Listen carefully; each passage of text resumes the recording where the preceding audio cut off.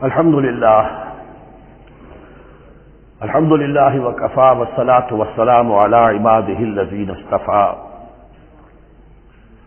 خصوصا على أفضلهم وخاتم النبيين محمد الأمين وعلى آله وصحبه أجمعين. أما بعد فقد قال الله تبارك وتعالى كما ورد في سورة البقرة: اعوذ باللہ من الشیطان الرجیم بسم اللہ الرحمن الرحیم. الحج اشہر معلومات فمن فرض فیہن الحج فلا رفث ولا فسوق ولا جدال فی الحج وما تفعلوا من خیر یعلمہ اللہ وتزودوا فإن خیر الزاد التقوى واتقون یا اولی الالباب. صدق اللہ العظیم. پچھلے رکوع سے مناسک حج کا تذکرہ شروع ہو چکا تھا، اور اس کے ضمن میں خاص طور پر یہ کہ اگر کوئی حج کا احرام باندھ کر یا عمرے کا احرام باندھ کر سفر شروع کر دے اور کہیں درمیان میں ایسی رکاوٹ پیش آ جائے کہ اسے احرام کھولنا پڑے بغیر عمرہ کیے اور بغیر حج کیے، تو اس صورت میں کیا قواعد و ضوابط ہیں. اب جو یہ رکوع ہے 25واں، اس میں حج کا اصل فلسفہ، اس کی اصل حکمت، اس کی اصل روح کا بیان ہے. الحج اشہر معلومات، حج کے مہینے ہیں جو معلوم ہیں، یعنی جو بھی پہلے سے عرب میں رواج چلا آ رہا تھا اس کی توثیق ہو گئی کہ واقعتاً یہ اللہ تعالیٰ ہی کی طرف سے. تو حج کے جہاں تک ٹائمنگ کا تعلق ہے، مواقیت کا تعلق ہے، وہ گویا کہ اللہ تعالیٰ کی طرف سے توثیق فرما دی گئی. فمن فرض فیہن الحج، تو جو کوئی بھی اپنے اوپر لازم کر لے ان مہینوں میں حج کو، لازم کر لے سے مراد نیت پختہ کر لے، اور نیت پختہ کرنے کی علامت احرام باندھ لے. فمن فرض فیہن الحج، تو حج کے لیے جو اپنے اوپر لازم کر لے، فلا رفث ولا فسوق ولا جدال فی الحج. تو احرام کی حالت میں یہاں لفظ حج آیا ہے، ان میں سے پہلی قید جو ہے فلا رفث، تو کوئی شہوت کی بات نہیں ہونی چاہیے. میاں بیوی بھی ساتھ حج کر رہے ہیں تو احرام کی حالت میں وہی قید ہے کہ جو اعتکاف کی حالت میں ہے. باقی یہ کہ فسوق اور جدال، اللہ کی نافرمانی یا باہم جھگڑنا، اس لیے کہ بہت بڑی تعداد میں لوگوں کا اجتماع ہوتا ہے، سفر میں بھی لوگ ساتھ ہوتے ہیں، تو لوگوں کے غصوں کے پارے جلدی چڑھ جاتے ہیں. اس میں خاص طور پر روکا گیا کہ یہ ہے کہ اس میں امن ہو اور سکون ہو. اور آج بھی واقعہ یہ ہے کہ دنیا میں معجزات میں سے ہے یہ اتنی بڑی تعداد میں لوگوں کا جمع ہونا، اور وہاں امن رہتا ہے، وہاں وہ جنگ و جدال اور جھگڑا اور فساد وغیرہ مطلب نظر نہیں آتا.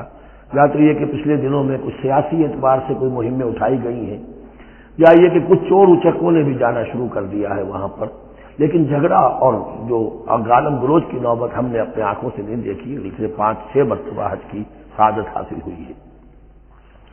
فلا رفث ولا فسوق ولا جدال فی الحج وما تفعلوا من خیر یعلمہ اللہ، اور جو خیر بھی تم اس کے دوران کرو گے اللہ کے وہ علم میں ہوگا.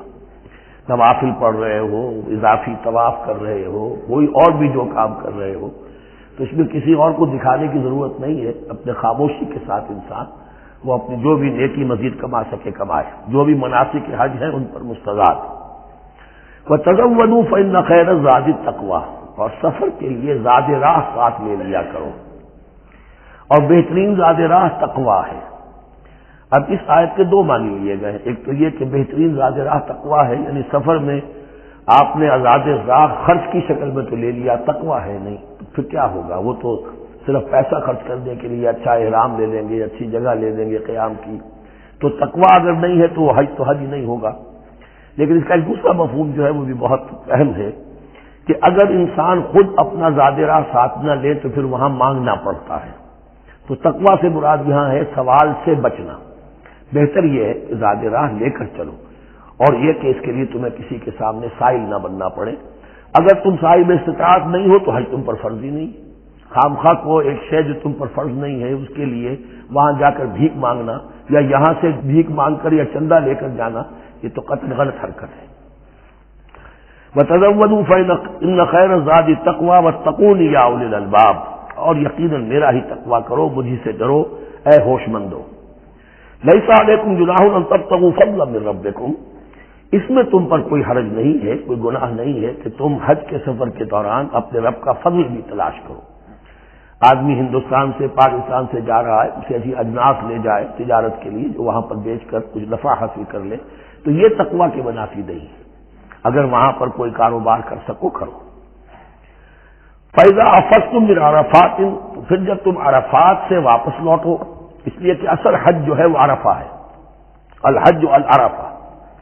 حج کے بقیہ تمام مناسک رہ جائیں، صرف عرفہ میں شمولیت ہو جائے، قیام عرفہ میں تو حج ہو گیا، باقی جو چیزیں رہ گئی ہیں اس کا جو بھی اس کا کفارہ ہے، اس کا جو دم دینا ہے وہ دے دیا جائے، لیکن عرفہ سے اگر آدمی رہ گیا عرفات کے قیام سے تو پھر حج نہیں ہوا۔ اب یہاں سے جب لوٹتے ہو تو فاذکروا اللہ عند المشعر الحرام، یہ ٹائم ٹیبل نوٹ کر لیجئے کہ اصل میں 8 کی شام کو مکے سے نکلتے ہیں 8 ذی الحج کو، اور رات مینا میں گزارتے ہیں۔ پھر 9 کا دن ہے اصل یوم عرفہ، 9 ذی الحج، صبح کو نکلتے ہیں، قافلے چلتے ہیں اور کہیں دوپہر تک، اور دوپہر سے بھی ہو سکتا ہے تاخیر ہو جائے، لیکن کوشش ہوتی ہے کہ ظہر سے پہلے پہنچ جایا جائے، لیکن ظہر اور عصر دونوں ملا کر پڑھ لی جائیں عرفات میں داخل ہونے سے پہلے۔ اس لیے جو مسجد ہے عرفات کے میدان سے ملحق وہ عرفے کے اندر شامل نہیں ہے، وہ اس کی حدود سے باہر ہے، تو اصلی اس کا افضل یہی ہے کہ ظہر اور عصر ملا کر وہاں پڑھی جائیں، اور اس کے بعد سے غروب آفتاب تک قیام ہے، وہ عرفات کا قیام ہے، اس میں کوئی نماز نہیں، یعنی جو روایتی جو عبادت ہے اس کے سب دروازے بند۔ اب تو اگر دعا کی آپ کے اندر ایک روح پیدا ہو چکی ہے، اپنے رب سے ہم کلام ہو سکتے ہیں اور آپ کو حلاوت مناجات حاصل ہو گئی ہے، تو دعا مانگتے رہیے، بس یہی ہے دعا۔ قیام عرفہ جو ہے کھڑے ہو کر بیٹھے ہوئے جس طرح بھی ہو اللہ سے مناجات کرو، یا پھر یہ کہ اگر اس میں کبھی ہو جائے کسی وجہ سے تو آدمی تلاوت کرے، لیکن یہ کہ عام نماز نہیں۔ فَإِذَا أَفَضْتُم مِّنْ عَرَفَاتٍ فاذكروا اللَّهَ عند المشعر الحرام، یہ مزدلفہ کا قیام ہے، 9 کی شام کو مغرب کی نماز کا وقت ہو چکنے کے بعد وہاں سے روانگی ہے، لیکن وہاں مغرب کی نماز پڑھنے کی اجازت نہیں ہے۔ اب جاؤ اور مغرب اور عشاء دونوں جمع کرو اس میں مشعر حرام یعنی مزدلفہ میں۔ وَاذْكُرُوهُ كَمَا هَدَاكُمْ، اور یاد کرو اسے، ذکر کرو جیسے کہ تمہیں اس نے ہدایت دی ہے۔ اس سے مراد ہے کہ جو کچھ اللہ کے رسول نے تمہیں سکھایا ہے، ذکر کے جو طور طریقے ہیں، اس کے لیے جو بھی طریقے ہیں وہ اللہ نے ہدایت دی اپنے رسول کے ذریعے۔ وَإِن كُنتُم مِّن قَبْلِهِ لَمِنَ الضَّالِّينَ، اور یقیناً اس سے پہلے تو تم گمراہ لوگوں میں سے تھے، تمہیں معلوم نہیں تھا، حج کی شکل باقی رہ گئی تھی، اس کی روح ختم ہو گئی تھی، اس کے مناسک میں بھی تم نے رد و بدل کر دیا تھا، وہ آگے آ رہا ہے۔ ثم افیضوا من حیث افاض الناس، پھر پلٹو وہیں سے جہاں سے کہ سب لوگ پلٹتے ہیں۔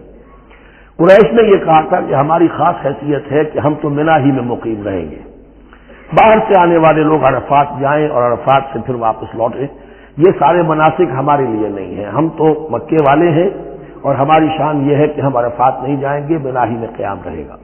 یہاں بتایا گیا کہ یہ تم نے غلط بات ایجاد کر لی ہے، ثم افیضوا من حیث افاض الناس، جہاں سے سب لوگ لوٹتے ہیں یعنی میدان عرفہ سے، وہیں سے لوٹیں۔ واستغفر اللہ، اللہ سے استغفار کرتے رہو، ان اللہ غفور رحیم، یقینا اللہ بخشنے والا رحم فرمانے والا ہے۔ فَإِذَا قَضَيْتُم مَّنَاسِكَكُمْ، اور جب تم اپنے یہ مناسک ادا کر لو، پورے کر لو، فاذكروا اللہ كذکرکم آباءکم، تو اب اللہ کا ذکر کرو جیسے کہ تم اپنے آباء و اجداد کا ذکر کرتے رہے ہو، جس شد و بد کے ساتھ۔ وہاں یہ ہو گیا تھا کہ پھر بنا میں جب یہ ٹھہرتے تھے تو اپنے آباء و اجداد کے قصیدے بیان کیے جا رہے ہیں، جیسے ہمارے ہاں ہوتا ہے، جو دیہاتی لوگ ہوتے ہیں، راجپوت لوگ ہوتے ہیں، ان کے میراثی ہوتے ہیں، اسی طرح وہاں شعراء ہوتے تھے قبائل کے، وہ ان قبیلوں کی مدح بیان کرتے تھے، ان کے بڑے بزرگوں کی، اسلاف کی جو ہے عظمت بیان کرتے تھے۔ اللہ کا ذکر ختم ہو چکا تھا، فرمایا جس شد و مد کے ساتھ تم اپنے آباء و اجداد کا ذکر کرتے رہے، اب اسی شد و مد کے ساتھ، بلکہ او اشد ذکرا، بلکہ اس سے بھی زیادہ شد و مد کے ساتھ اب اللہ کا ذکر کرو۔ فَمِنَ النَّاسِ مَن يَقُولُ رَبَّنَا آتِنَا فِي الدُّنْيَا وَمَا لَهُ فِي الْآخِرَةِ مِنْ خَلَاقٍ، لوگوں میں سے وہ بھی ہیں جو یہی کہتے رہتے ہیں رب ہمیں دے دے دنیا ہی میں، ایسے لوگوں کے لیے آخرت میں کوئی حصہ نہیں ہے، یعنی وہاں پہنچ کر بھی ساری دعائیں ان کی دنیاوی چیزوں کے لیے ہیں، مال کے لیے، اولاد کے لیے، ترقی کے لیے، اور دنیا کی جو بھی چیزیں ہیں، اپنی کوئی مشکلات ہیں ان کے رفع کرنے کے لیے، کیونکہ ان کے دلوں میں دنیا بسی ہوئی ہے. اشربوا فی قلوبہم الدنیا، ان کے دلوں میں جیسے بنی اسرائیل کے دلوں میں بچڑے کا تقدس ملا دیا گیا تھا اور محبت، اسی طرح ہمارے دلوں میں دنیا کی محبت ہے، تو وہاں جا کر بھی دنیا ہی کی دعائیں ہیں. فمن الناس من یقول ربنا آتنا فی الدنیا وما له فی الآخرۃ من خلاق. ظاہر بات ہے ایسے لوگوں کے لیے پھر آخرت میں کوئی حصہ نہیں ہے. ومنہم من یقول، اور ان میں سے وہ بھی ہے جو یہ کہتے ہیں ربنا آتنا فی الدنیا حسنۃ وفی الآخرۃ حسنۃ وقنا عذاب النار. پروردگار ہمیں اس دنیا میں بھی خیر عطا فرما اور آخرت کا بھی خیر عطا فرما اور ہمیں بچا لے آگ کے عذاب سے. اب دنیا کا خیر جو ہے سب سے بڑا وہ ایمان ہے، ہدایت ہے. دنیا کا کوئی خیر نہیں ہے جب تک کہ اس کے ساتھ ہدایت اور ایمان نہ ہو. تو سب سے پہلے انسان ایمان طلب کرے، پھر اس کے ساتھ اللہ تعالیٰ دنیا میں کشادگی دے دے، رزق میں بھی کشائش دے دے تو ٹھیک ہے، کوئی بری بات نہیں، اچھی بات ہے. لیکن یہ کہ اصل شے کیا ہے؟ ایمان اور استقامت. اولئک لہم نصیب مما کسبوا، یہاں یہ لفظ بہت اہم ہے. ان کے لیے حصہ ہوگا اس میں سے جو انہوں نے کمایا. محض یہ دعا کرنے سے یہ دعا جو ہے یہ کافی نہیں ہو جائے گی. اول تو یہ نوٹ کر دیجئے یہی وہ دعا ہے جو رکن یمانی سے لے کر جو بھی ہر چکر ہوتا ہے اس کا طواف کا، تو رکن یمانی سے لے کر حجر اسود تک کا جو دورہ ہے اس میں یہ دعا مانگی جاتی ہے ربنا آتنا فی الدنیا حسنۃ وفی الآخرۃ حسنۃ وقنا عذاب النار. اولئک لہم نصیب مما کسبوا، ان کے لیے حصہ ہے اس میں سے جو انہوں نے کمایا. اچھا اس میں سے جو انہوں نے کمایا اس میں سے کہ وہ تو سارا ملنا چاہیے، لیکن بندے کو ڈرتا رہنا چاہیے کہ ممکن ہے اس میں سے کسی مسئلے میں میری نیت میں کوئی فساد آ گیا ہو، ممکن ہے اس میں سے میرے کسی عمل کے اندر کوئی کمی رہ گئی ہو، کوتاہی رہ گئی ہو. اس لیے یہ نہ سمجھ لے کہ جو بھی کچھ کیا ہے اس کا اجر لازماً ملے گا. مما کسبوا، جو انہوں نے کمایا ہے اس میں خلوص ہے، اس میں بے حیائی ہے، اس میں تمام جو بھی اس کے آداب اور شرائط ہیں ملحوظ رکھے گئے ہیں تو ان کو اس کا حصہ ملے گا. واللہ سریع الحساب، اور اللہ تعالیٰ کو حساب چکانے میں دیر نہیں لگتی، بہت جلدی حساب کر لے گا. اب تو ہمارے سامنے نقشے موجود ہے، کمپیوٹرز ہیں، کتنی جلدی حساب ہو جاتا ہے. تو اللہ کے ہاں تو پتہ نہیں کیسا سپر کمپیوٹر ہوگا کہ اسے حساب نکالنے میں دیر نہیں لگے گی. وَاذْكُرُوا اللَّهَ فِي أَيَّامٍ مَّعْدُودَاتٍ، اور ذکر کرو اللہ کا گنتی کے چند دنوں میں. یہ لفظ یہاں پر پھر آ گیا ہے اس بات کی وضاحت کے لیے جو میں نے عرض کیا تھا کہ ابتدائی جو حکم تھا روزے کا ایام معدودات، وہ 3 دن کے روزے تھے. اس لیے کہ یہاں بھی معدودات کا لفظ آیا ہے فی ایام معدودات، اور سب کو معلوم ہے یہ 3 دن ہیں، 11ویں 12ویں 13ویں تاریخ جو ہے ذی الحجہ کی، کہ پھر یوم نحر کے بعد 3 دن یہاں پر قیام ہے، مبیت ہے. پورے 3 دن ہے ایام معدودات. فمن تعجل فی یومین، تو جو کوئی 2 دن ہی میں جلدی سے واپس آ جائے فلا اثم علیہ، یعنی 3 دن پورے نہیں کرتا، 2 دن ہی میں واپسی کو اختیار کر لیتا تو کوئی گناہ اس پر نہیں ہے. ومن تأخر، اور جو پیچھے رہے یعنی 3 دن کی مقدار پوری کر لے فلا اثم علیہ لمن اتقی، تو اس پر بھی کوئی گناہ نہیں، لیکن شرط ہے تقوی. جو 2 دن میں چلا گیا تقوی تھا تو بھی اللہ تعالیٰ کے ہاں اس کا اجر محفوظ ہے. جو 3 دن رہا تقوی ہے، تیسرے دن اس نے کچھ اور ہی حرکتیں نہ شروع کر دی ہوں، جی اکتایا ہوا ہے اور طبیعت کے اندر جو ہے وہ ٹھہراؤ نہیں ہے، تو وہ تیسرا دن اس کے لیے کچھ خاص مفید نہیں ثابت ہوگا. لیکن یہ کہ اصل شے جو ہے اللہ کے ہاں جو چیز کے شرط لازم ہے قبولیت کے لیے وہ تقوی ہے. لمن اتقی واتقوا اللہ واعلموا انکم الیہ تحشرون، اور اللہ کا تقوی اختیار کرو اور یہ مستحضر رکھو اپنے ذہن میں کہ تمہیں اسی کی جانب جمع کر دیا جائے گا، تم سب کے سب ہانک کر لے جاؤ گے اسی کی جناب میں. وَمِنَ النَّاسِ مَن يُعْجِبُكَ قَوْلُهُ فِي الْحَيَاةِ الدُّنْيَا، اب یہ منافقین میں سے ایک گروہ کا خاص ایک تذکرہ ہو رہا ہے. ایک منافق تو ہوتے تھے کہ جو عام ہے ان کی زبانوں پر بھی نفاق واضح طور پر ظاہر ہو جاتا تھا، اور ایک قسم کے منافق وہ ہوتے تھے بڑے چاپلوس چرب زبان، کہ ان کی گفتگو دیکھیے تو وہ تو بڑے مخلص ہیں اور بڑے ہی فداکار ہیں اور بڑے ہی آپ کے ساتھ ان کا تعلق جو ہے وہ نیک نیتی پر مبنی ہے. ان کی زبانیں جو ہے معلوم ہوتا ہے کہ اس میں تو سب گھی شکر گھلا ہوا ہے، لیکن یہ کہ ان کا کردار انتہائی خراب ہوتا ہے. اور پھر وہ جب واپس جاتے ہیں باتیں کرنے کے بعد یا باتیں بنانے کے بعد تو ان کا کردار جو ہے وہ فساد پر مبنی ہوتا ہے. وَمِنَ النَّاسِ مَن يُعْجِبُكَ قَوْلُهُ فِي الْحَيَاةِ الدُّنْيَا، اور لوگوں میں سے ایسے بھی ہیں جن کی باتیں تمہیں بڑی اچھی لگتی ہیں دنیا کی زندگی میں. وَيُشْهِدُ اللَّهَ عَلَى مَا فِي قَلْبِهِ، اور وہ اللہ کو بھی گواہ ٹھہراتا رہتا ہے، میں جو کچھ کہہ رہا ہوں اللہ جانتا ہے، میں خلوص سے کہہ رہا ہوں، میں بالکل اپنی نیک نیتی سے کہہ رہا ہوں، اللہ جانتا ہے۔ وہ الد الخصام، حالانکہ فی الواقع وہ دشمن ہے بہت سخت، الد بہت شدید، اور خصام خصم دشمن کے لیے آتا ہے۔ وَإِذَا تَوَلَّى، جب وہ پیٹھ موڑ کے جاتا ہے، سعى فِي الْأَرْضِ، اب وہ زمین میں جو بھاگ دوڑ کرتا ہے، لِيُفْسِدَ فِيهَا، اس میں فساد مچائے، وَيُهْلِكَ الْحَرْثَ وَالنَّسْلَ، اور ہلاک کرے، کہیں کسی کی کھیتی جلا دی، کہیں کسی کا کوئی جانور جو ہے وہ ختم کر دیا، مار دیا۔ وَاللَّهُ لَا يُحِبُّ الْفَسَادَ، اللہ تعالیٰ کو فساد بالکل پسند نہیں ہے۔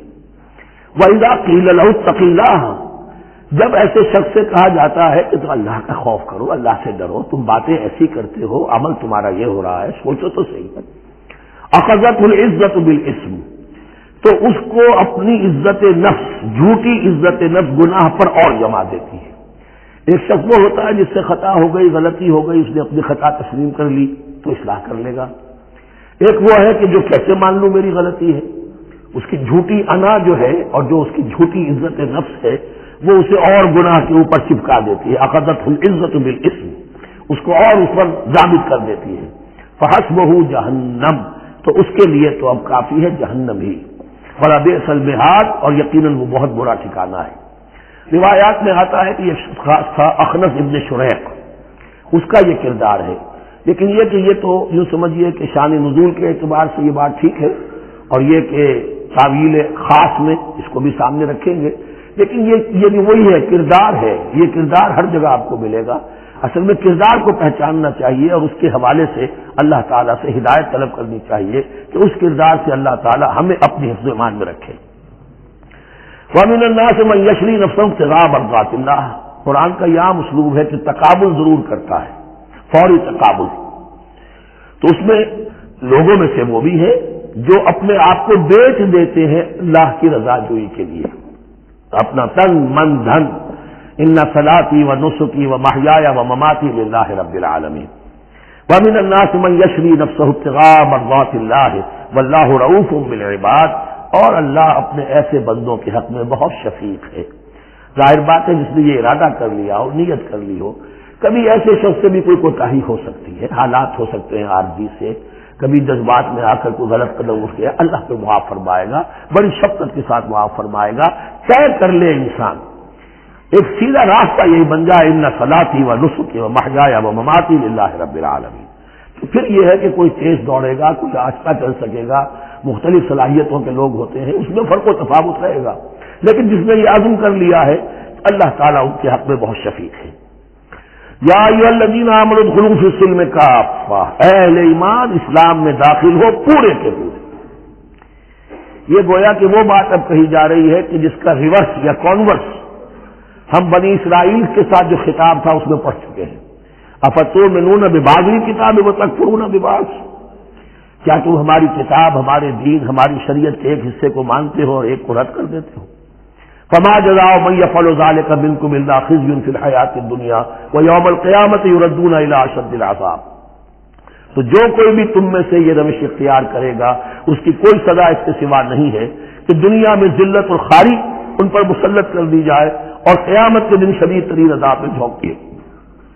اس کو اب مثبت پیرائے میں مسلمانوں سے کہا جا رہا ہے یا ایھا الذین آمنوا ادخلوا فی السلم کافہ، ریزرویشنز کے ساتھ نہیں، ایکسیپشنز کے ساتھ نہیں، اللہ کی بندگی تو کرنی ہے، اس معاملے میں نہیں، اللہ کے حکم تو ماننا ہے لیکن یہ حکم نہیں میں مان سکتا، یہ ایک کی بھی نفی جو ہے وہ گویا کہ کل کی نفی ہو جائے گی۔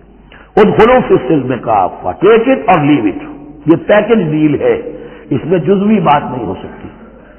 ولا تتبعوا خطوات الشیطان، اور دیکھو شیطان کے قدموں کی پیروی نہ کرو، اس کے نشانات راہ جو ہیں، اس کے نشانات قدم جو ہیں ان کی پیروی نہ کرو۔ انہ لکم عدو مبین، وہ تو یقیناً تمہارا بڑا کھلا دشمن ہے۔ فإن ضللتم من بعد ما جاءتكم البینات، پھر اگر تم پھسل گئے اس کے بعد بھی کہ تمہارے پاس یہ واضح تعلیمات آ چکی ہیں، فاعلموا ان اللہ عزیز الحکیم، تو جان لو کہ اللہ تعالیٰ پھر زبردست ہے۔ اس میں دھمکی کا پہلو آ گیا کہ پھر اللہ کی جو ہے پکڑ سخت ہوگی، حکیم بھی ہے، اس کی پکڑ میں بھی حکمت ہے۔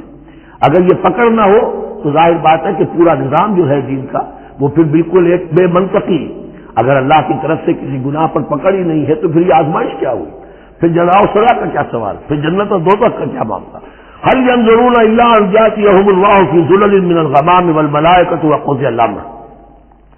ایک جو نفس انسان کو پٹی پڑھاتا ہے وہ تو یہ ہے کہ دین کا یہ حصہ کو آرام سے کرتے رہو، جو میٹھا وہ حق اور جو کڑوا ہے وہ تھو۔ دوسری پٹی یہ پڑھاتا ہے کہ ابھی ذرا یہ ٹھیک ہے کہ اللہ کا حکم ہے، یہ بھی حکم ہے، دین کا یہ بھی تقاضا ہے، ابھی ذرا ذمہ داریاں ہیں، ابھی ذرا بچوں کے معاملات ہیں، بچے برسر کار ہو جائیں، بچیوں کے ہاتھ پیلے ہو جائیں، میں ذرا ریٹائرمنٹ بھی لے لوں تو پھر یہ مکان بنا لوں، پھر میں اپنے آپ کو دین کے لیے پھر خالص کر لوں گا، دین کے لیے پھر میں وہی کام کروں گا۔ یہ سب سے بڑا دھوکہ ہے، وہ وقت کبھی نہیں آتا۔ اسی لیے فرمایا کس شے کا انتظار کر رہے ہیں؟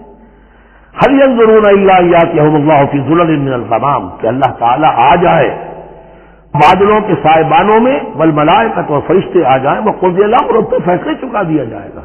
کیا معلوم کب وہ گھڑی آ جائے۔ یہ مہلت امت کو اچانک ختم ہو سکتی ہے، پوری دنیا کی قیامت بھی جب آئے گی اچانک آئے گی، اور ہر شخص کی ذاتی قیامت تو اس کے سر کے اوپر تلوار کی طرح لٹکی ہوئی ہے کہ من مات فقط قامت قیامتہ، جو مر گیا اس کی قیامت تو آ گئی۔ کیا تمہارے پاس گارنٹی ہے یہ سارے کام کرو گے تب تک زندہ رہو گے اور پھر بھی تمہارے جسم میں کوئی توانائی، کوئی رمق باقی رہ جائے گی کہ دین کا کوئی کام کر سکو؟ تو جان لو تم کس چیز کا انتظار کر رہے ہو سکتا ہے اچانک اللہ کی طرف سے مہلت ختم ہو جائے، اسٹاپ رائٹنگ، 3 گھنٹے ہو گئے، بس اب جو لکھ لیا، اب آگے تمہارے پاس مہلت نہیں ہے۔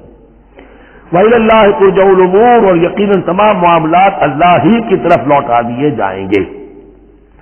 سل بنی اسرائیل کم آتیناہم من آیۃ بینہ، اے مسلمانوں پوچھ لو بنی اسرائیل سے ہم نے انہیں کتنی روشن نشانیاں دی، یعنی دیکھو تم بھی کہیں انہی کے راستے پر نہ چلنا، جیسا کہ حضور نے فرمایا تھا لَتَتَّبِعُنَّ سُنَنَ مَن قَبْلِكُمْ، تم لازماً پیروی کرو گے اور چلو گے انہی کے نقوش پا پر۔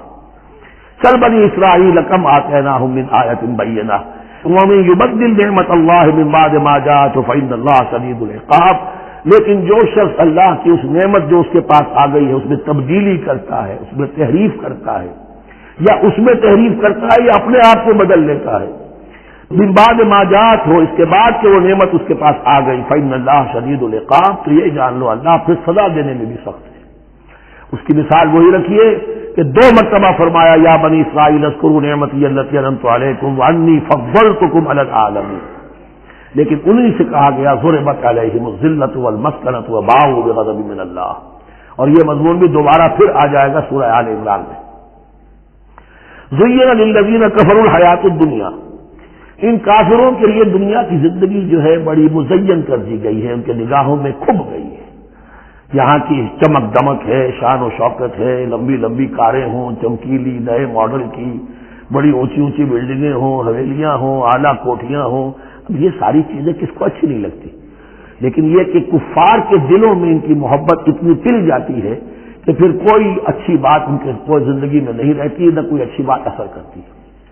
اہل ایمان کو بھی اگر ایمان کے ساتھ یہ نعمتیں ملیں، قل من حرم زینۃ اللہ التی اخرج لعبادہ والطیبات من الرزق، کو اچھا کھانا، اچھا پینا، اچھا پہننا کو حرام نہیں ہے، کو اللہ نے کس کو لوگوں کے لیے ممنوع نہیں کیا، لیکن دین کے تقاضے ادا کر کے، اللہ کا حق ادا کر کے اور حلال سے کما کر، تب کوئی حرج نہیں۔ زین للذین کفروا الحیات الدنیا، کافروں کے لیے دنیا کی زندگی کو مزین کر دیا گیا ہے۔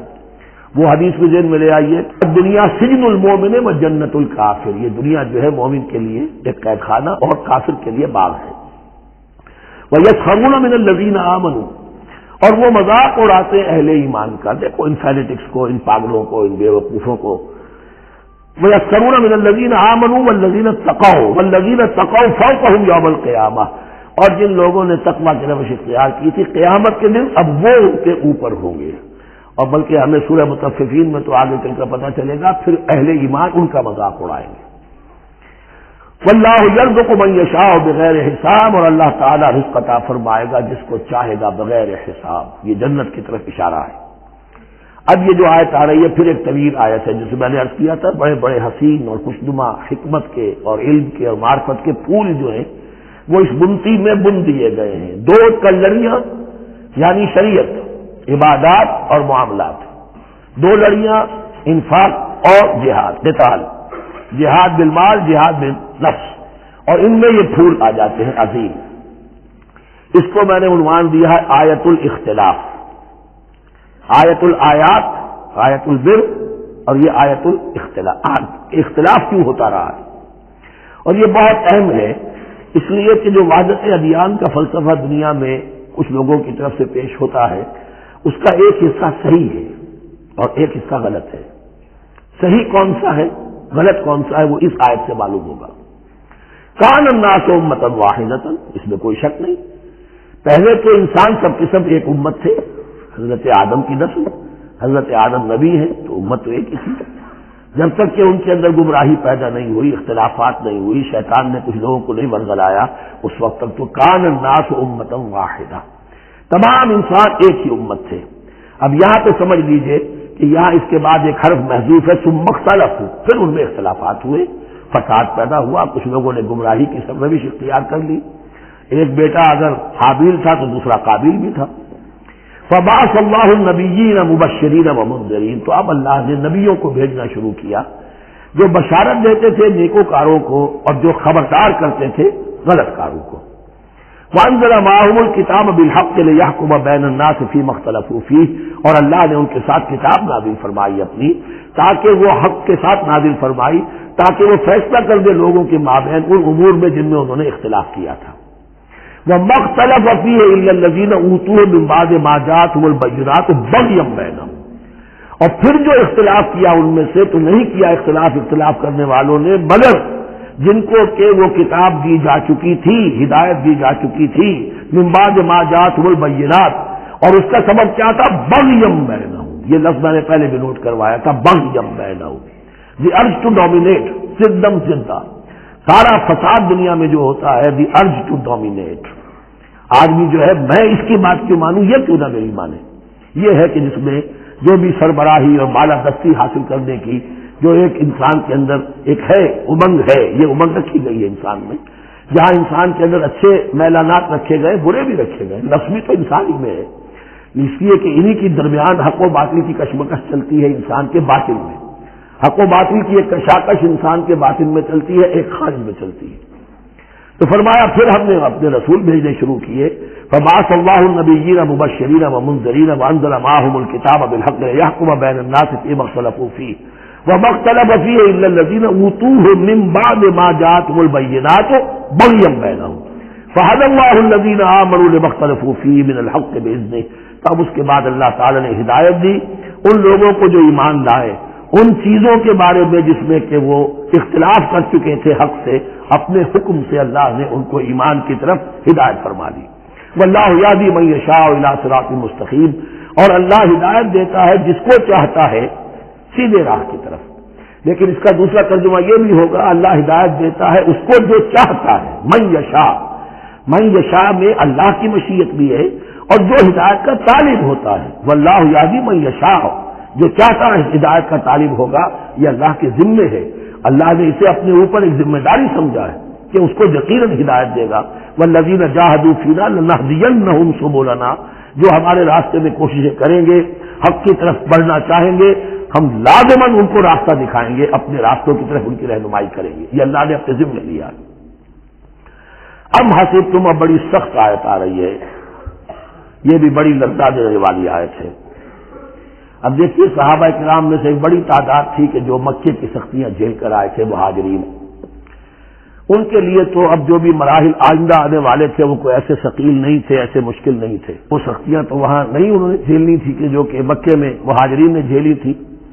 اب ان سے ہے خاص طور پر روئے سخن، اگرچہ خطاب عام ہے اور یہ قرآن مجید میں عام طور پر آپ کو ملے گا کہ الفاظ عام ہے، لیکن آپ اگر دیکھیں گے تو روئے سخن کسی خاص طبقے کی طرف ہے، تو یہاں در حقیقت ان کو بتایا جا رہا ہے۔ ام حسبتم ان تدخلوا الجنہ، کیا تم نے یہ سمجھا تھا کہ جنت میں داخل ہو جاؤ گے؟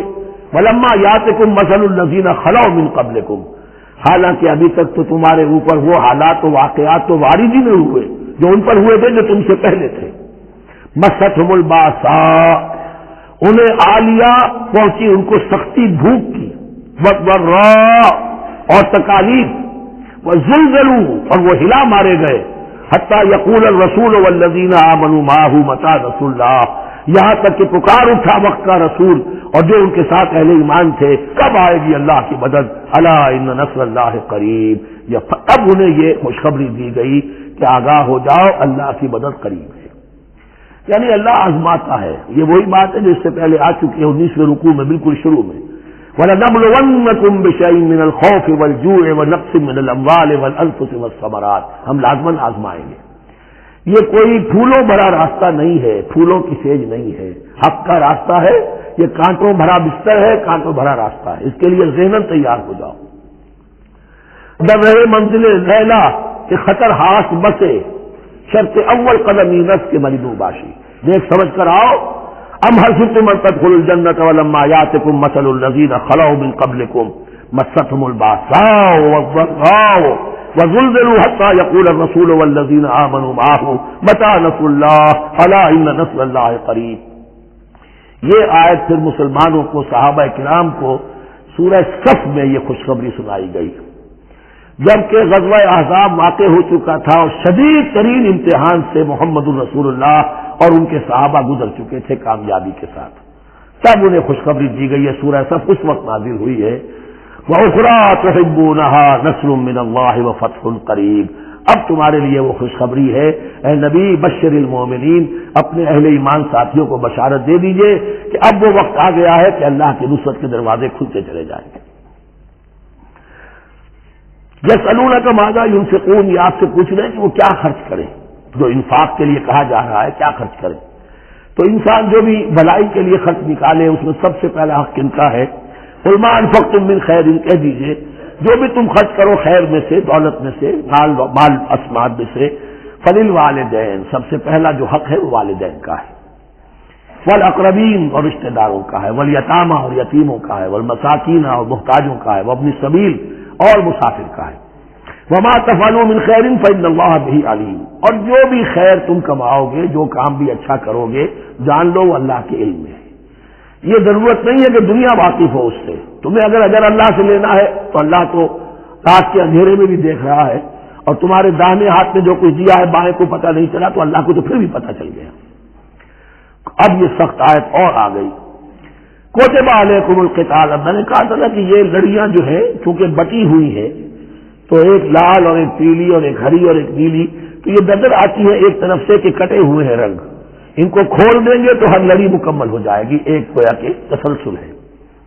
کتب علیکم القتال وہو کرہ لکم، مسلمانوں اب تم پر جنگ فرض کر دی گئی ہے اور وہ تمہیں گراں گزر رہی ہے۔ یہ مضمون اصل میں اس سے پہلے سورہ محمد نازل ہو چکی ہے اور اس میں قتال کی فرضیت آ چکی ہے، اس کا نام سورۃ القتال بھی ہے، لہذا اس کے حوالے سے کچھ لوگ جو ہے وہ پریشان ہو رہے تھے، اور میں نے آپ سے عرض کیا تھا منافقین بھی یہی کہتے تھے کہ بھائی صلح جوئی سے کام لو، بس دعوت و تبلیغ کے ذریعے سے لوگوں کو ٹھیک راستے پر لاؤ، یہ جنگ ونگ جو ہے لڑائی بھڑائی اس میں تو بہت خرابی ہے، یہ کوئی اچھا کام تو نہیں ہے۔ اب یہاں یہ ہے کہ فرض کیا جا رہا ہے اللہ کی راہ میں جنگ کرنا، تو اس حوالے سے کہا جا رہا ہے، تو اس میں جہاں منافقین کہتے تھے جن مسلمانوں کا ایمان قدرے کمزور تھا وہ منافق تو نہیں تھے، لیکن یہ کہ ایمان اتنا پختہ نہیں تھا، ابھی تازہ ایمان لائے تھے، مدینے کے اندر ابھی وہ ایمان لائے ہیں، ان کی تربیت کے مراحل ابھی گزرے ہی نہیں، تو ان میں سے بھی بعض لوگوں کے دلوں میں اب انقباض پیدا ہو رہا تھا۔ کتب علیکم القتال وہو کرہ لکم، تم پر اب دیکھیے کتبہ کا لفظ آ گیا ہے، کتب علیکم الصیام، کتب علیکم القصاص فی القتلى، کتب علیکم اذا حضر احدکم الموت ان ترک خیرا الوصیہ، وصیت کا حکم آیا کتبہ، روزے کا حکم آیا کتبہ، اسی طریقے سے فرضیت قتال ہے۔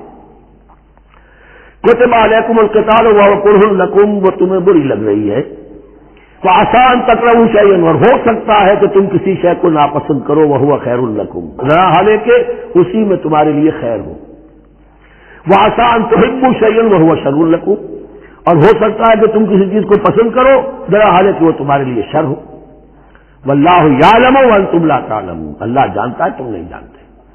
تم اپنی عقل پر ایمان نہ رکھو، تم اللہ کی وحی پر ایمان رکھو، تم اللہ کے رسول پر ایمان رکھو، جس وقت کے لیے جو حکم موضوع تھا اس وقت وہ حکم تھا، کفوا ایدیکم، 14 برس تک تمہیں قتال سے منع کیا گیا، اب فرض ہو رہا ہے قتال.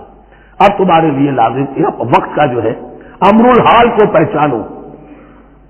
واللہ یعلم وانتم لا تعلمون. یسألونک عن الشہر الحرام قتال فیہ. اب جب جنگ کا حکم شروع ہو گیا تو اب وہ پوچھتے تھے کہ یہ جو مہینے حرمت والے ہیں، حج کا ہے، عمرے کا ہے، تو اس میں جنگ کرنا کیسا ہے؟ اس لیے کہ سیرت میں یہ واقعہ آتا ہے، وقت نہیں ہے تفصیل سے میں بیان کر سکوں کہ نخلا کی وادی میں ایک مقابلہ ایسا پیش آ گیا تھا کہ وہ رجب کا مہینے کا بھی دن تھا اور اس میں ہی کوئی قتال ہو گیا، مسلمانوں کے ہاتھوں ہوا یا مسلمانوں کے اوپر ایسی سچویشن ہو گئی کہ انہیں مجبوراً وہ کام کرنا پڑا.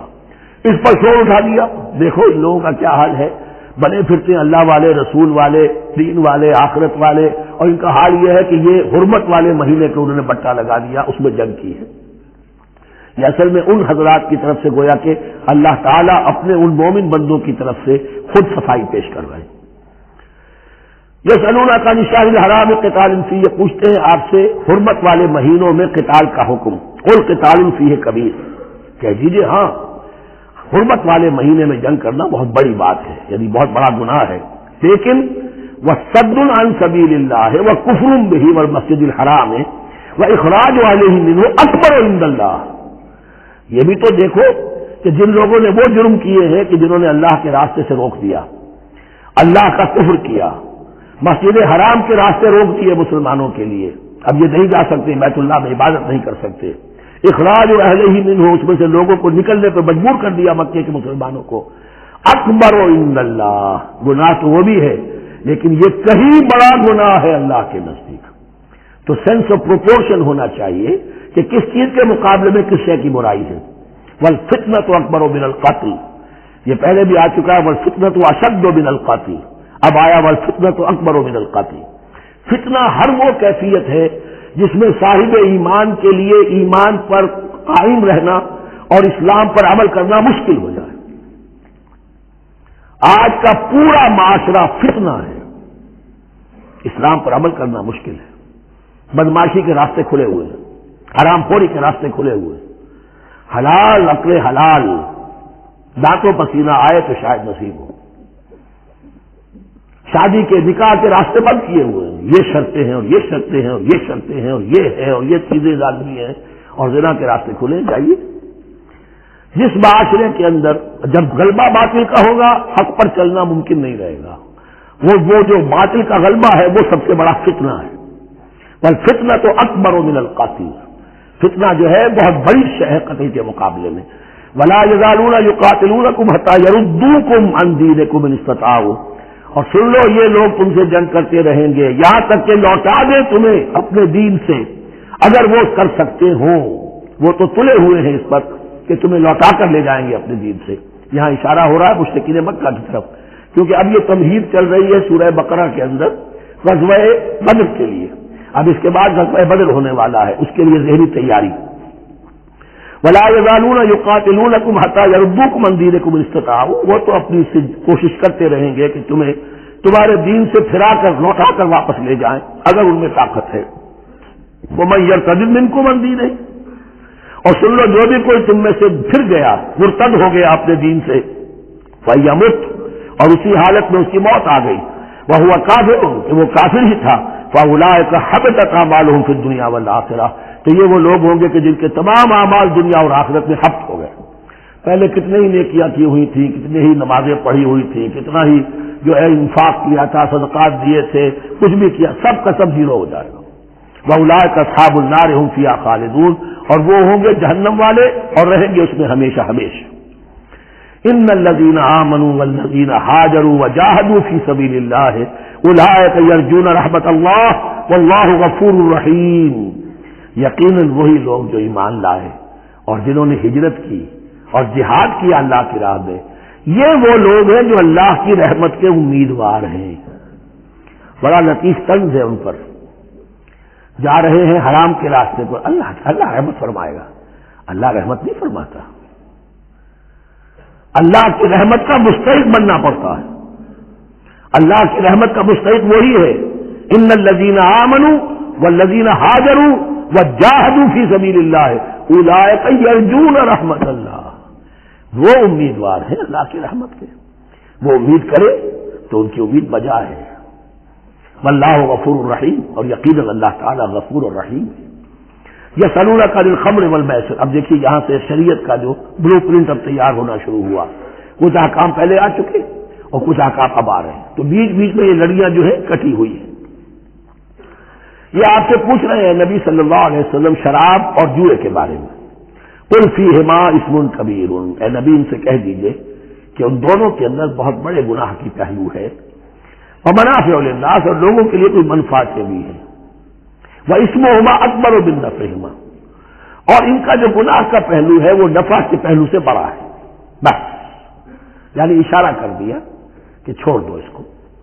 اب تمہاری عقل سلیم کے حوالے معاملہ ہے، حقیقت تم پر کھول دی گئی. یہ ابتدائی حکم ہے لیکن حکم کے پیرائے میں نہیں. بس یہ ہے کہ کچھ فائدے بھی ہیں.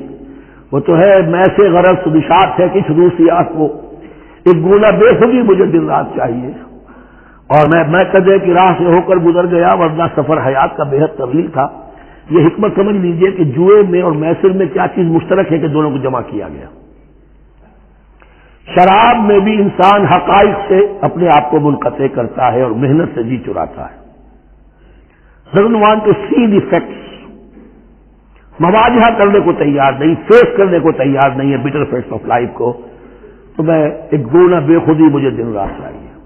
اور جوا بھی محنت کی نفی ہے. چانس داؤ لگاؤ. ایک ہے محنت سے ایک آدمی کما رہا ہے، مشقت کر رہا ہے، کھوکھا ہے یا کوئی چھابڑی لے کے جا رہا ہے یا کچھ اور کام ریڑھی چلا رہا ہے، وہ اپنی کوئی کمائی کر رہا ہے. اور ایک یہ داؤ لگاؤ، داؤ سے کمانا، چانس پر کمانا، یہ بھی محنت کی نفی ہے. تو یہ دونوں کے اندر اصل میں علت ایک ہی ہے. یسألونک عن الخمر والمیسر قل فیہما اسم کبیر ومنافع للناس واسمہما اکبر من نفعہما ویسألونک ماذا ینفقون قل العفو. اور یہ پوچھتے کتنا خرچ کریں، انفقوا انفقوا انفقوا وانفقوا فی سبیل اللہ ولا تلقوا بایدیکم الی التہلکہ. یہ آیت میں کل پڑھ چکے ہیں. اپنے آپ کو اپنے ہاتھوں ہلاکت میں نہ جھونکو. کتنا خرچ کرے، کچھ ہمیں مقدار بھی بتا دی جائے. فرمایا قول العفو، جو بھی تمہاری ضرورت سے زائد ہے. اللہ یہ بھی نہیں کرتا کہ اپنی ضرورتوں کو بھی تم پیچھے ڈال دو، نہیں، ضرورتیں اپنی پوری کرو. پھر جو اب تمہارے پاس ہے، اب یہ سمجھیے کہ جو ایک کمیونسٹ فلسفی ہے اس میں بھی ایک اصطلاح سرپلس ویلیو. ایک سرپلس ویلیو یہ ہے عفو، جو تمہاری ضروریات سے زائد ہے، یہ سرپلس ویلیو ہے، یہ اللہ کی راہ میں دے دو. اس کو بچا کر رکھنا جو ہے اللہ پر آپ بے اعتمادی کا اظہار کر رہے ہیں کہ اللہ کل نہیں دے گا مجھے، میں بچا کے رکھوں. یسألونک ماذا ینفقون قل العفو. لیکن اس میں یہ ہے کہ ضرورتیں کتنی ہیں، کیا ہے، اس کا کوئی پیمانہ مقرر نہیں کیا. یہ ہے باطنی روح جس کے اندر اللہ کی محبت اور آخرت کا ایمان بڑھتا جائے گا، وہ اتنا ہی اپنی بیلٹ ٹائٹ کرے گا، اپنی ضرورتیں کم کرے گا، اپنے معیار زندگی کو پست کرے گا اور زیادہ سے زیادہ جو ہے اللہ کی راہ میں دے گا. یہ اصول یہ ہے کہ ہر شخص یہ دیکھے کہ جو میری ضرورت سے زائد ہے اسے میں ریٹین نہ کروں، اسے میں دوں. اس انفاق پر پورے 2 رکوع آگے آنے والے ہیں سورہ مبارکہ میں. کذالک یبین اللہ لکم الآیات لعلکم تتفکرون. اسی طرح اللہ تعالی اپنی آیات تمہارے لیے واضح کر رہا ہے تاکہ تم تفکر کرو، غور کرو فی الدنیا والآخرہ. تمہارا یہ غور دنیا کے بارے میں بھی ہونا چاہیے، آخرت کے بارے میں. دنیا میں بھی اسلام رہبانیت نہیں سکھاتا، نہ کھاؤ نہ پیو، چلے کشی کرو، چلے جاؤ جنگلوں میں، نہیں. اسلام متمدن زندگی کی تعلیم دیتا ہے. گھر گھرستی ہے، شادی کرو، بیوی بچوں والے رہو، ان کے بھی حقوق کو ادا کرو، ان کا بھی پیٹ تمہیں پالنا ہے. تو تفکر فی الدنیا والآخرہ، آخرہ کے لیے. لیکن یہ کہ اس میں ریشیو پروپورشن رہنی چاہیے. دنیا کی کتنی قدر و قیمت ہے، آخرت کی کتنی قدر و قیمت ہے، اس کو جان لو. اسی کے حساب سے ایلوکیشن اگر نہیں ہے تو پھر یہ کہ سینس آف پروپورشن اگر غلط ہو گیا تو ظاہر بات ہے کہ پھر ہر چیز تلپٹ ہو جائے گی. ایک دوا کے نسخے میں کوئی چیز زائد تھی، کوئی کم تھی، آپ نے جو کم تھی اسے زیادہ کر دیا، جو زائد تھی کم کر دیا، تو اب ہو سکتا ہے کہ یہ نسخہ شفا نہ رہے، نسخہ ہلاکت بن جائے. وَيَسْأَلُونَكَ عَنِ الْيَتَامَىٰ، اور یہ آپ سے پوچھ رہے یتیموں کے بارے میں. قُلْ إِصْلَاحٌ لَهُمْ خَيْرٌ، اے نبی ان سے کہہ دیجئے ان کے لیے ان کی مصلحت کو پیش نظر رکھنا یہ ہے کہ جو بہتر ہے، نیکی ہے، بھلائی ہے. اصل میں سورہ بنی اسرائیل کی آیت جو ہے وہ لوگوں کے سامنے تھی. وَلَا تَقْرَبُوا مَالَ الْيَتِيمِ إِلَّا بِالَّتِي هِيَ أَحْسَنُ، مال یتیم کے قریب تک نہ پھٹکو، یعنی گڑبڑ کر لو گے اپنے اموال میں، اس میں سے یہ کہ ہو سکتا ہے کہ ان کا کوئی مال تمہارے پیٹ میں چلا جائے، ہانڈی مشترک ہے، اب اس میں ظاہر بات ہے یتیم نے بھی کھانا ہے، تم نے بھی کھانا ہے، اچھی اچھی بوٹیاں تم نے کھا لی ہیں اور یتیم کے لیے جو ہے خرچہ تو پورا ڈال دیا، لیکن یہ کہ اس کے لیے بیچارے کے لیے چچرے چھوڑ دی۔ تو یہ چیز روکنے کے لیے کہا گیا تھا مکی صورتوں میں ولا تقربوا مال الیتیم الا بالتی احسن۔ اب صحابہ کے لیے تو یہ چیزیں ایسی تھیں کہ اشارہ ذرا سا ہو گیا اور انہوں نے اس پر عمل کیا، انہوں نے ہڈیاں علیحدہ کر دی تاکہ ان کا خرچہ بالکل علیحدہ رہے۔ اب اس میں تکلیف ہو رہی تھی، ایک گھر کے اندر ہی ایک یتیم ہے، اس کا خرچہ اس کے مال میں سے نکالا جا رہا ہے۔ فرمایا کہ یہ مقصد نہیں تھا، مقصد یہ تھا کہ تم ان کے مال ہڑپ نہ کر جاؤ۔ قل اصلاح لهم خیر، ان کے لیے اصلاح کرنا بھلائی کا ہے۔ وَإِن تُخَالِطُوهُمْ فَإِخْوَانُكُمْ، اگر تم اپنے ساتھ ان کو ملائے رکھو تو وہ تمہارے بھائی ہیں۔ وَاللَّهُ يَعْلَمُ الْمُفْسِدَ مِنَ الْمُصْلِحِ، اللہ جانتا ہے مفسد کو بھی مصلح کو بھی، وہ جانتا ہے کہ یہ آدمی گڑبڑ کر رہا ہے، یہ ہڈیاں علیحدہ کر کے بھی گڑبڑ کر سکتا ہے، اور یہ وہ شخص ہے جو ہڈیاں مشترک کر کے بھی حق پر رہ سکتا ہے۔ وَلَوْ شَاءَ اللَّهُ لَعَنَتَكُمْ، اگر اللہ چاہتا تو تمہیں سختی میں ڈالے ہی رکھتا، تم پر مشقت جو ہے یہ کیے رکھتا۔ ان اللہ عزیز الحکیم، یقینا اللہ زبردست ہے، حکمت والا ہے۔ ایک طرف وہ سختی بھی کرتا ہے، زبردست ہے، لیکن وہ اس کے ہر حکم کے اندر حکمت بھی ہے، اور جہاں حکمت نرمی کی متقاضی ہوتی ہے وہاں وہ رعایت بھی دیتا ہے۔ ولا تنکحوا المشرکات حتی یؤمنن، اور مشرک عورتوں سے نکاح نہ کرو جب تک کہ وہ ایمان نہ لے آئیں۔ ولا امۃ مؤمنۃ خیر من مشرکۃ ولو اعجبتکم، ایک مومنہ خواہ وہ لونڈی ہو وہ بہتر ہے ایک مشرکہ سے، خواہ وہ آزاد عورت ہو۔ ولو اعجبتکم، اور مزید یہ کہ وہ تمہیں اچھی بھی لگتی ہو۔ ولا تنکحوا المشرکین، اور نہ نکاح میں دو اپنی عورتوں کو، اپنی بیٹیوں کو مشرکوں کے، حتی یؤمنوا، جب تک کہ وہ ایمان نہ لے آئیں۔ ولا عبد مؤمن خیر من مشرک ولو اعجبکم، مسلمان اگر غلام ہے تو وہ بھی بہتر سمجھو مشرک سے جو آزاد ہے اور وہ تمہیں پسند بھی ہے، مالدار بھی ہے یا اور بھی ہے، اس کے اندر دوسرے پہلو بھی ہیں۔ اولئک یدعون الی النار، دیکھو وہ جو ہے وہ پکار رہے ہیں، آگ کی طرف بلا رہے ہیں، تمہیں بھی لے جائیں گے، تمہاری اولاد کو بھی لے جائیں گے۔ واللہ یدعو الی الجنۃ والمغفرۃ باذنہ، اللہ تمہیں بلا رہا ہے جنت کی طرف اور مغفرت کی طرف اپنے حکم سے۔ ویبین آیاتہ للناس لعلہم یتذکرون، اور اللہ اپنی آیات واضح کر رہا ہے لوگوں کے لیے تاکہ وہ نصیحت اخذ کریں۔ وَيَسْأَلُونَكَ عَنِ الْمَحِيضِ، اور وہ عورتوں کے ایام ماہواری کے بارے میں آپ سے سوال کر رہے ہیں۔ قُلْ هُوَ أَذًى، کہہ دیجئے وہ ایک ناپاکی بھی ہے اور ایک تکلیف کا مسئلہ بھی ہے۔ فَاعْتَزِلُوا النِّسَاءَ فِي الْمَحِيضِ، تو حیض کی حالت میں اگر تمہاری بیویاں ہوں تو ان سے علیحدہ رہو، مقاربت نہ کرو۔ وَلَا تَقْرَبُوهُنَّ حَتَّى يَطْهُرْنَ، اور ان سے مقاربت نہ کرو یہاں تک کہ وہ پاک ہو جائیں۔ فَإِذَا تَطَهَّرْنَ، اور جب وہ خوب پاک ہو جائیں، فَأْتُوهُنَّ مِنْ حَيْثُ أَمَرَكُمُ اللَّهُ، تو اب ان کی طرف جاؤ، جو بھی تمہیں تعلق قائم کرنا ہے کرو، جہاں سے کہ تمہارے رب نے تمہیں حکم دیا، اللہ نے حکم دیا ہے۔ یہ اللہ کا حکم کیا ہے؟ یہ ہے امر طبیعی، ہر انسان جانتا ہے، ہر حیوان کو معلوم ہے، وہ طبیعی شے ہے۔ لیکن یہ کہ اب عورتوں کے ساتھ بھی اگر انسان جو ہے وہ لواطت کا فعل شروع کر دے قوم عمل لوط، تو ظاہر بات ہے کہ عمل قوم لوط تو وہ چیز جو ہے غلط ہے، وہ حرام ہے۔ یہ تو اللہ تعالیٰ نے جو بھی تمہاری فطرت میں ڈالا ہے راستہ، وہ در حقیقت من حیث امرکم اللہ، ان اللہ یحب التوابین ویحب المتطہرین، یقیناً اللہ محبت کرتا ہے بہت توبہ کرنے والوں سے اور بہت پاک بازی اختیار کرنے والوں سے، ان ناپاک چیزوں سے دور رہنے میں۔ نساؤکم حرث لکم، تمہاری بیویاں تمہارے لیے کھیتیوں کے مانند ہیں، جیسے کھیت میں بوتے ہو فصل کاٹتے ہو، بیویوں کے ذریعے سے اللہ تعالیٰ تمہیں اولاد عطا کرتا ہے۔ فاتو حرثکم انا شئتم، تو جو بھی کھیتی والی جگہ ہے ادھر تم جاؤ جدھر سے چاہو، یعنی اس میں یہ ہے کہ کوئی رکاوٹ نہیں ہے، وہ داہنی طرف سے بائیں طرف سے جدھر سے بھی ہو، لیکن ہو وہ فرض کے اندر، وہ مقصد کے اندر معاملہ نہ ہو۔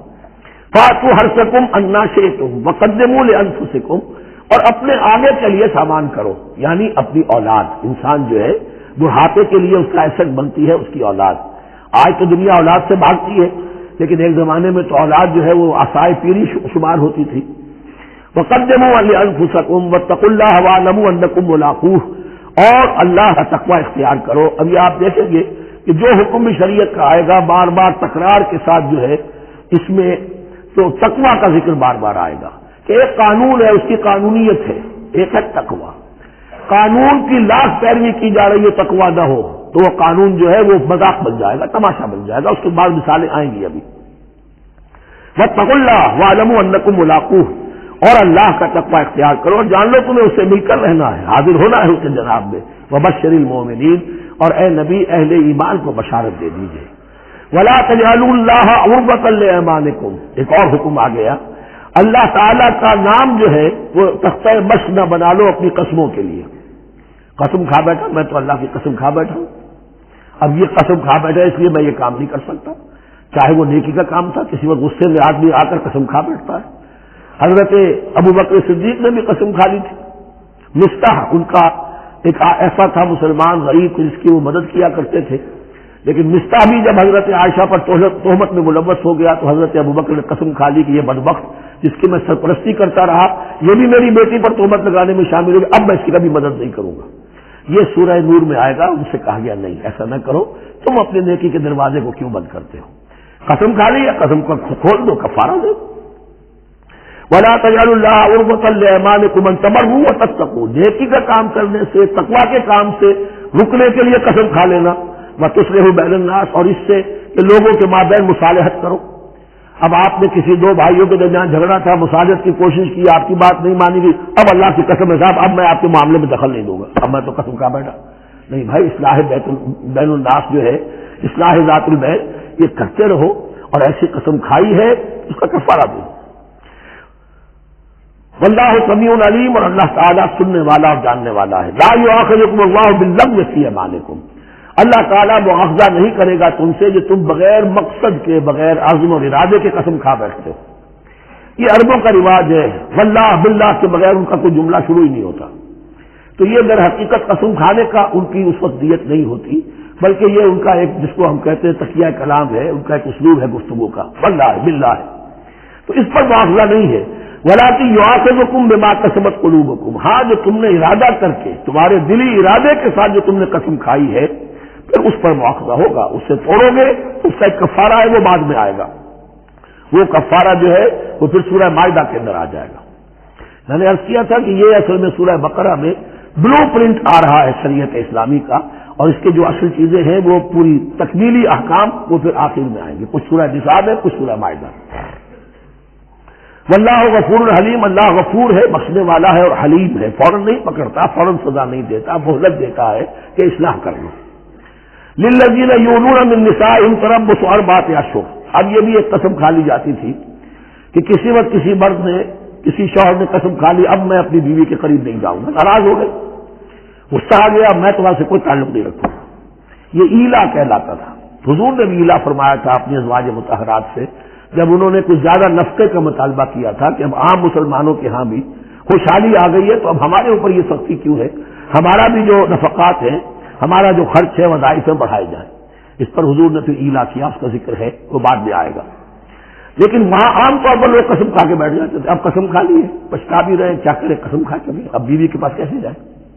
اب وہ بیوی معلق ہے، نہ وہ شادی شداؤں میں ہے اور نہ وہ علیحدہ ہے، آزاد ہے. للذین یؤلون من نسائہم تربص اربعۃ اشہر، 4 مہینے کے لیے تو وہ انتظار کیا جا سکتا ہے. فإن فاؤوا، اس دوران میں اگر وہ لوٹے، اپنی قسم کو ختم کرے اور رجوع کر لے، تعلق کے زن و شوق قائم کرے، فإن اللہ غفور رحیم، تو اللہ تعالیٰ غفور و رحیم ہے. وإن عزموا الطلاق، اور اگر وہ طلاق کا ارادہ کر چکے ہوں کہ واقعتاً اب ان سے سیپریشن ہی ہے، فإن اللہ سمیع علیم، تو اللہ تعالیٰ سننے والا جاننے والا ہے. یعنی یہ کہ 4 مہینے سے زیادہ معلق نہ رکھو کسی کو، یا ادھر یا ادھر، یا فیصلہ کرو اور اسے فارغ کرو، اور یا پھر یہ کہ اپنی وہ قسم ختم کرو اور اس کا جو بھی کفارہ ہے وہ ادا کرو. اسی پر غالباً قیاس کیا تھا، بلکہ ساتھ اس سیرت میں آتا ہے کہ حضرت عمر نے حضرت حفصہ سے پوچھ بھی لیا تھا. حالانکہ دیکھیے کہ باپ اور بیٹی کا معاملہ ہو رہا ہے اور باپ بیٹی سے سوال کر رہا ہے، دین کے معاملے میں حیا اور شرم کی بات نہیں ہوتی.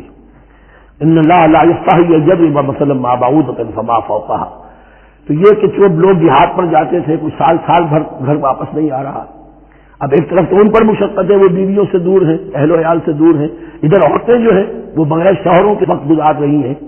تو پوچھا کہ کتنا عرصہ تم سمجھتی ہو کہ ایک عورت اپنی عصمت اور عفت کو سنبھال کر اپنے شوہر کا انتظار کر سکتی ہے.